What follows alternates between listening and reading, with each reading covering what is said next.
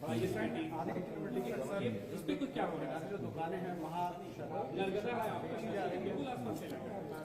नहीं, सबसे पहले मैं बता दूं अबाउट इंक्वायरी एंड एक्शन जो लिया गया है सारे कर्मियों पर, उसमें पुलिस पर भी हुआ है, चौकीदार दफादार, होमगार्ड, सैप, एक्साइज सब पर, और जो विभागीय कार्रवाई 808 पर हुए हैं। प्राथमिकी कुल मिला के 400 हो चुके हैं, बर्खास्तगी 238, वृहद पनिशमेंट 259 और एसएचओ का जो बोला डिबार करने का 68 हुआ है। तो कार्रवाई सभी विभागों के सभी कर्मियों पर हो रहा है जो इसमें पाया गया है संलिप्त हैं। और जो आपने बताया इंसिडेंट का या कहीं पता चल रहा है, जहां पर इंसिडेंट हो रहा है पता चल रहा है, आपसे भी अनुरोध है अगर जानकारी मिले तो अपना आइडेंटिटी नहीं भी बताना है तो प्रोहिबिशन कॉल सेंटर पर बताया जाए। और लगातार रेड्स हो रहे हैं। अगर फिगर आप जानना चाहेंगे तो जिस गति से रिकवरीज हो रहे हैं, अरेस्टिंग हो रहे हैं, वो पूर्व में कभी नहीं हुआ है और ये गति हम लोग बढ़ाते जाएंगे और पूरी कड़ाई से कार्रवाई होगा। पटना जिला के लिए विशेष तौर पर डिस्कशन हुआ। माननीय मुख्यमंत्री जी ने अपनी बातें कही, हमारे माननीय मंत्री जी और जो थे जो बैठक में थे उन्होंने भी अपनी बात कही और हमने भी अपनी बात कही और पटना जिला से उनकी बात भी सुन ली।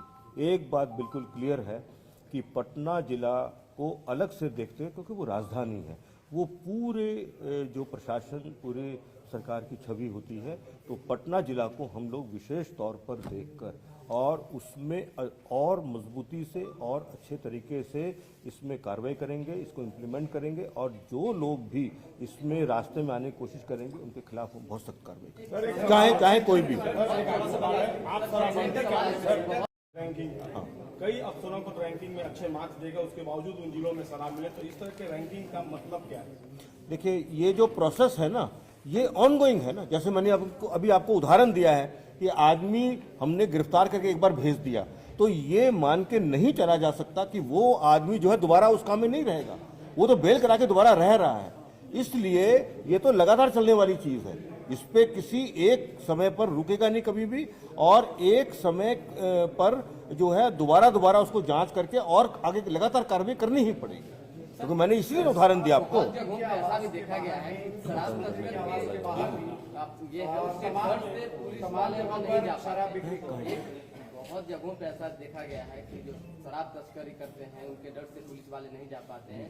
2 ही महीने पहले सराय थाना प्रभारी को हमने फोन किया था, एक जगह शराब काफी ज्यादा भंडार हो रहा था, तो वहाँ नहीं पहुंची पुलिस टीम। नहीं, पुलिस को पहुंचने में कोई दिक्कत नहीं है, ना पुलिस की संख्या में कमी है। इसलिए अगर कोई सूचना हमें मिल रही है तो हम उस पर सख्त कार्रवाई करने में सक्षम हैं और पुलिस की जो एडिक्वेट स्ट्रेंथ में वहां जाने की जरूरत है उसके लिए भी हम सक्षम हैं, उसमें कोई कमी नहीं है। कुछ इसी तरह का मामला आया था मेरे पास, वो रिकॉर्डेड है मेरे हिडन कैमरे से, उसमें उन्होंने कहा कि वहाँ हम नहीं जा सकते क्योंकि पुलिस फोर्स हमारे पास है। देखिए, ऐसा है ना, देखिए अब मैं आपको एक बात और कहना चाहूंगा, एक पूरा पुलिस तंत्र है ना। हम एक सिपाही का कुछ बात कर लेंगे या एक एएसआई कुछ कह देगा तो उससे पुलिस की बात का फैसला नहीं हो सकता है ना। मेरी बात तो सुनिए, मेरी बात सुनिए ना। मान लीजिए आपको किसी ने कहा, तो आपने अगर उससे वरीय पदाधिकारी से बात की, उसने भी वही कहा, उससे वरीय से बात की, उसने भी वही किया, तब कोई बात मतलब मानी जा सकती है। अगर एक रास्ते में या एक थाने पे गए, आप फाड़ी में गए, वहां पर किसी से पूछ के अगर आपने बात कर ली, वो रिप्रेजेंटेशन जो है वो पूरी पुलिस का नहीं हो सकता है। नहीं, वैसे भी पुलिस का कार्रवाई तो ऐसे ही होता है कि अगर कम दल है, कम बल है, तो उसको रीइंफोर्स किया जाता है और बड़ा बल बना के फिर रेड किया जाता है, तो वो तो तुरंत। किसका वो हम लोग देख वेरीफाई करके और उस पर कार्रवाई कर देंगे, इसको निकले खत्म करें। मंत्री के आवास के बाद शराब की डिलीवरी हो जाती है, सीएम जा रहे थे वहाँ के 1 किलोमीटर के दायरे में जहाँ भी चाहिए शराब आकर आपको पहुँचा देता है। इस पर सब चर्चा हो गई। देखिए, ऐसा है ना, इस पर अब सब चर्चा हो चुकी है, इसको क्वेश्चन को रिपीट करने का फायदा नहीं है। हमने बहुत इलेबोरेटेड तरीके से बहुत डिटेल में आप सबको बता दिया। चलिए, बहुत बहुत धन्यवाद। मैं जोर की इसमें सबसे जो इम्पोर्टेंट बात है वो ये है कि एक तो अपनी इंटेलिजेंस मशीनरी को गेयर अप करना है। हमारी जो इंटेलिजेंस मशीनरी है वो पुलिस हेडक्वार्टर्स के लेवल पर भी है और डिस्ट्रिक्ट लेवल पर भी है, और उनसे एक्शनेबल इंटेलिजेंस जनरेट करवा के और लगातार जो है वो रेड्स करनी है। लगातार जो शराबबंदी में विरोध उत्पन्न कर रहे हैं या शराब का व्यापार करने की कोशिश कर रहे हैं, उन पे सख्त से सख्त कार्रवाई करनी है। अगर हमारी सेंट्रल टीम यहाँ से जाती है स्पेसिफिक इंफॉर्मेशन पर किसी भी जिले में और उसके किसी भी थाने में, और उस सेंट्रल टीम के द्वारा अगर किसी प्रकार की कोई रिकवरी होती है तो संबंधित थाना प्रभारी को तत्काल निलंबित किया जाएगा और शो कॉज जो है वो हायर फॉर्मेशन पर भी किया जाएगा और जिम्मेदारी फिक्स होगी। ये दूसरा पॉइंट है। तीसरा पॉइंट ये है कि जो हमारा क्राइम की प्राइमरी ड्यूटी जो है, क्राइम कंट्रोल करने की, लॉ एंड ऑर्डर मेंटेन करने की, वो प्राइमरी ड्यूटी को किसी भी तरह से डाइल्यूट नहीं होने देना है और इस ड्यूटी के साथ साथ बहुत ही मजबूत तरीके से बिल्कुल कमिटमेंट से ओनरशिप लेकर जो प्रोहिबिशन के जो लॉज हैं उसको एनफोर्स करना है, हर लेवल पर एनफोर्स करना है। जो वायलेटर्स हैं उन पे बहुत ही सख्त कार्रवाई करनी है। जैसे कि अगर किसी एसएचओ की शिकायत आती है तो 10 वर्ष के लिए उसे जो है वो एसएचओ का पद दोबारा नहीं देने की बात है, और अगर किसी का डायरेक्ट टाइप का कनाइवेंस आ जाता है तो उसकी जो है उसे सीधा डिपार्टमेंटल एक्शन करके उसे डिसमिस करना है। इसके अतिरिक्त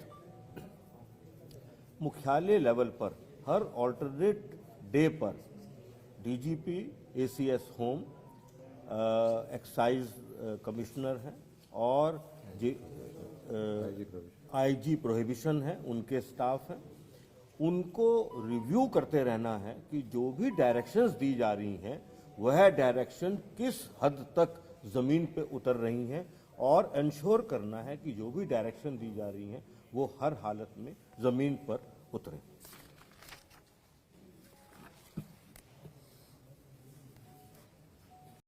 कुल 206 लोगों को सेवा से बर्खास्त किया गया है, जिसमें 2 इंस्पेक्टर हैं, 30 सब इंस्पेक्टर हैं, 37 एएसआई हैं, 128 सिपाही हवलदार हैं और 9 जो हैं वो चौकीदार दफादार हैं। इसके अलावा कुल 245 लोगों को वृहद सजा दी गई है, जिसमें जो है वो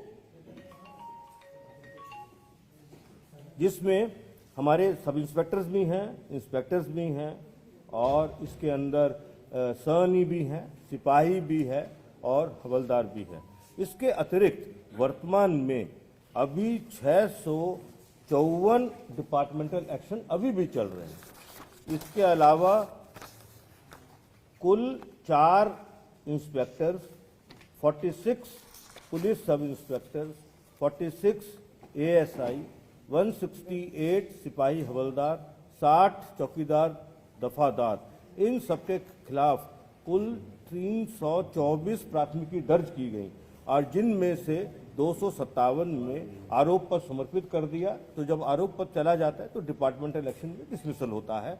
और इस पूरे आंकड़े से ये बिल्कुल क्लियर है कि कार्रवाई में कोई कमी नहीं है। एक बिंदु और कहना चाहूँगा उदाहरण के साथ, गोपालगंज की जैसे घटना हुई है, उस घटना में कम से कम 3 लोग को जस्ट 15-20 दिन पहले ही जेल भेजा था। वो बेल करा के आए हैं। इनफैक्ट उन 3 लोगों में से एक की मृत्यु भी हो गई। तो ये एक बहुत बड़ा चैलेंज है। ये चैलेंज सभी के लिए है कि लोग जो हैं पुलिस के द्वारा गिरफ्तार करने के बाद जब जेल में भेज दिए जाते हैं तो वो बेल करा करके वापस आके उसी काम में लिप्त होते हैं। ये एक बहुत बड़ा चैलेंज है।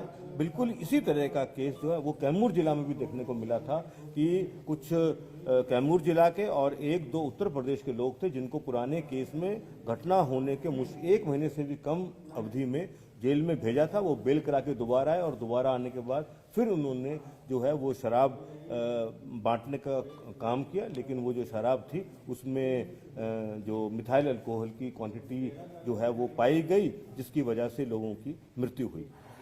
तो मैं ये पूरे दृढ़ निश्चय से आप सबके सामने कह रहा हूँ कि हमारी ओर से या हमारे जो पदाधिकारी हैं, हमारे जो कर्मी हैं, वो सब लोग कमिटेड हैं। लेकिन कुछ लोग ऐसे हमेशा से रहे हैं और हमेशा रहेंगे, जो लोग जो हैं वो अपने निजी फायदे के लिए या अपनी जो है अपने संपत्ति अर्जित इलीगल संपत्तिदार दफादारों से जुड़ा हुआ है वो जो बिंदु है वो ये है कि जो चौकीदार की बुनियादी जिम्मेदारी है गांव के हर तरह गांव में जो भी गलत काम हो रहा है और इंक्लूडिंग शराब के बारे में भी कोई सूचना है वो उन्हें हर हालत में देना है। उनकी परेड पर वरीय पदाधिकारी भी जाएंगे और अगर जो है वो अपनी बुनियादी जो ड्यूटी है उसमें कोई कमी रखेंगे तो उन पर भी जो है वो सख्त कार्रवाई की जाएगी। चौकीदार हैं, दफादार हैं हमारे, और हमारा जो थाना लेवल है वो भी इंटेलिजेंस कलेक्शन का बहुत ट्रेडिशनल एक सोर्स रहता है। उनको भी उस काम में पूरी मदद करनी है और एक एलिमेंट ऑफ ट्रस्ट जो है वो चौकीदार, दफादार, थानेदार और वरीय पदाधिकारियों के बीच में ट्रस्ट और समन्वय स्थापित करना है। पब्लिक को अपने साथ रोप इन कर लेना है ताकि जिस प्रकार का सूचना, जैसे ही कोई सूचना मिले उसमें उनका नाम पूरा गुप्त रखते हुए और मजबूत से मजबूत कार्रवाई की जा सके।